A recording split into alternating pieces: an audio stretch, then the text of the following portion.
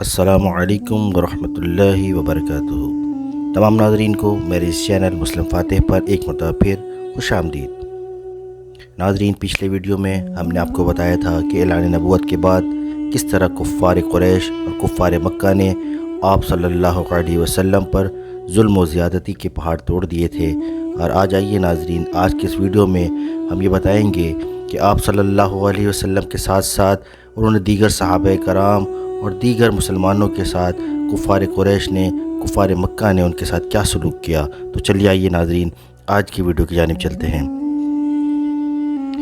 ناظرین، حضور رحمت عالم صلی اللہ علیہ وسلم کے ساتھ ساتھ غریب مسلمانوں پر بھی کفار مکہ نے ایسے ظلم و ستم کے پہاڑ توڑے کہ مکہ کی زمین بلبلا اٹھی۔ یہ آسان تھا کہ کفار مکہ ان مسلمانوں کو قتل کر ڈالتے، مگر اس سے ان کافروں کے جوش انتقام کا نشہ نہیں اتر سکتا تھا، کیونکہ کفار اس بات میں اپنی شان سمجھتے تھے کہ ان مسلمانوں کو اتنا ستاؤ کہ وہ اسلام کو چھوڑ کر پھر شرک و بت پرستی کرنے میں لگیں۔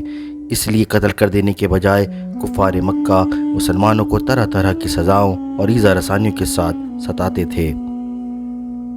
ناظرین، خدا کی قسم، شراب توحید کے ان مستوں نے اپنے استقلال اور استقامت کا وہ منظر پیش کر دیا کہ پہاڑوں کی چوٹیاں سر اٹھا کر حیرت کے ساتھ ان بلا کشان اسلام کے جذبہ استقامت کا نظارہ کرتی رہیں۔ سنگ دل، بے رحم، درندہ صفت کافروں نے ان غریب و بے کس مسلمانوں پر جبر، ظلم و ستم کا کوئی دقیقہ باقی نہیں چھوڑا، مگر ایک مسلمان کے پائے استقامت میں بھی ذرہ برابر تزلزل نہیں پیدا ہوا، اور ایک مسلمان کا بچہ بھی اسلام سے منہ پھیرے کر کافر و مرتد نہیں ہوا۔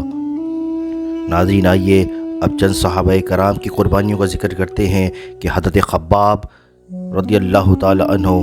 یہ اس زمانے میں اسلام لائے جب حضور صلی اللہ علیہ وسلم حضرت ارقم بن ابو ارقم رضی اللہ تعالی عنہ کے گھر میں مقیم تھے، اور صرف چند ہی آدمی مسلمان ہوئے تھے۔ قریش نے ان کو بے حد ستایا، یہاں تک کہ کوئلے کے انگاروں پر ان کو چت لٹایا، اور ایک شخص ان کے سینے پر پاؤں رکھ کر کھڑا رہا، یہاں تک کہ ان کے پیٹھ کی چربی رطوبت سے کوئلے بجھ گئے۔ برسوں کے بعد جب حضرت خباب رضی اللہ تعالی عنہ نے یہ واقعہ حضرت امیر المومنین عمر رضی اللہ تعالی عنہ کے سامنے بیان کیا تو آپ رو پڑے۔ ناظرین، اسی طرح حضرت بلال رضی اللہ تعالی عنہ کو، جو امیہ بن خلف کافر کے غلام تھے، ان کی گردن میں رسی باندھ کر کوچہ و بازار میں ان کو گھسیٹا جاتا تھا، ان کی پیٹھ پر لاٹھیاں برسائی جاتی تھیں، اور ٹھیک دوپہر کے وقت تیز دھوپ میں گرم ریت پر ان کو لٹا کر اتنا بھاری پتھر ان کے سینے پر رکھ دیا جاتا تھا کہ ان کی زبان باہر نکل آتی تھی۔ امیہ کافر کہتا تھا کہ اسلام سے باز آ جاؤ ورنہ اس طرح گھٹ کر مر جاؤ گے، مگر اس حال میں بھی حضرت بلال رضی اللہ تعالی عنہ کی پیشانی پر بل نہیں آتا تھا، بلکہ زور سے احد احد کا نعرہ لگاتے تھے اور بلند آواز سے کہتے تھے کہ خدا ایک ہے، خدا ایک ہے۔ ناظرین، حضرت عمار بن یاسر رضی اللہ تعالیٰ عنہ کو گرم بالوں پر چت لٹا کر کفار قریش اس قدر مارتے تھے کہ یہ بے ہوش ہو جاتے تھے۔ ان کی والدہ حضرت بی بی سمیہ رضی اللہ تعالیٰ عنہ کو اسلام لانے پر ابو جہل نے ایک نیزہ ایسا مارا کہ یہ شہید ہو گئیں۔ حضرت عمار رضی اللہ تعالیٰ عنہ کے والد حضرت یاسر رضی اللہ تعالیٰ عنہ بھی کفار کی مار کھاتے شہید ہو گئے۔ ناظرین، اسی طرح حضرت صہیب رومی رضی اللہ تعالیٰ عنہ کو کفار مکہ اس قدر طرح کی اذیت دیتے اور ایسی مار دھاڑ کرتے کہ یہ گھنٹوں بے ہوش رہتے۔ ناظرین، اسی طرح دیگر صحابہ کرام پر بھی بہت ظلم و ستم کے پہاڑ توڑے گئے، جن میں ابو فقیر رضی اللہ تعالیٰ عنہ جو کہ صفوان بن امیہ کافر کے غلام تھے، اسی طرح حضرت عامر بن فہیرہ رضی اللہ تعالیٰ عنہ کو بھی اس قدر مارا جاتا تھا کہ ان کی جسم کی بوٹی درد مند ہو جاتی تھی۔ ناظرین، اسی طرح حضرت بی بی لبینہ رضی اللہ تعالیٰ عنہ جو لونڈی تھیں، حضرت عمر رضی اللہ تعالیٰ عنہ جب کفر کی حالت میں تھے، اس غریب لونڈی کو اس قدر مارتے تھے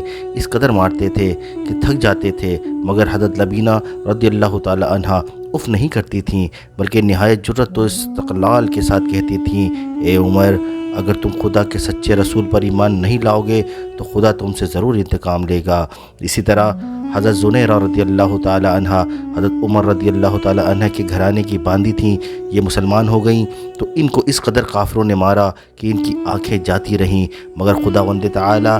نے حضور صلی اللہ علیہ وسلم کی دعا سے پھر ان کی آنکھوں میں روشنی عطا فرمائے دی، تو مشرکین کہنے لگے یہ محمد صلی اللہ علیہ وسلم کے جادو کا اثر ہے، معاذ اللہ۔ ناظرین، اسی طرح حضرت ابو ذر غفاری رضی اللہ تعالی عنہ جب دامن اسلام میں آئے تو مکے کے ایک مسافر کی حیثیت سے کئی دن تک حرم کعبہ میں رہے۔ یہ روزانہ زور زور سے چلا چلا کر اپنے اسلام کا اعلان کرتے تھے، اور روزانہ کافر قریش ان کو اس قدر مارتے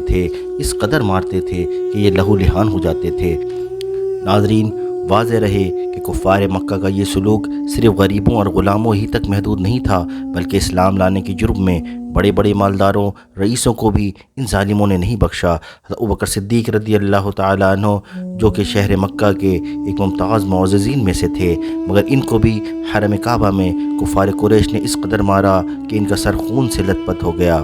اسی طرح حضرت عثمان غنی رضی اللہ تعالی عنہ جو نہایت مالدار اور صاحب اقتدار تھے، جب یہ مسلمان ہوئے تو غیروں نے نہیں بلکہ خود ان کے چچا نے ان کو رسیوں میں جکڑ کر خوب مارا۔ حضرت زبیر بن عوام رضی اللہ تعالیٰ عنہ بڑے روب و دبدبے کے آدمی تھے، مگر انہوں نے جب اسلام قبول کیا تو ان کے چچا نے ان کو چٹائی میں لپیٹ کر ان کی ناک میں دھواں دیتے تھے، جس سے ان کا دم گھٹنے لگتا تھا۔ حضرت عمر رضی اللہ تعالیٰ عنہ کے چچا زاد بھائی اور بہنوئی حضرت سعید بن زید رضی اللہ تعالیٰ عنہ کتنے جاہ و اعداد والے رئیس تھے، مگر جب ان کے اسلام کا حضرت عمر رضی اللہ تعالیٰ عنہ کو پتہ چلا تو ان کو رسی میں باندھ کر مارا، اور ساتھ ہی حضرت عمر رضی اللہ تعالیٰ عنہ نے اپنی بہن حضرت بی بی فاطمہ بنت الخطاب رضی اللہ تعالیٰ عنہ کو بھی اس زور سے تھپڑ مارا کہ ان کے کان کے آویزے گر پڑے اور چہرے پر خون بہہ نکلا۔ ناظرین، آج کی ویڈیو یہیں تک، اس امید کے ساتھ جدا ہوتے ہیں اپنے گھر والوں کا سب کا بہت خیال رکھیں گے۔ السلام علیکم ورحمۃ اللہ وبرکاتہ۔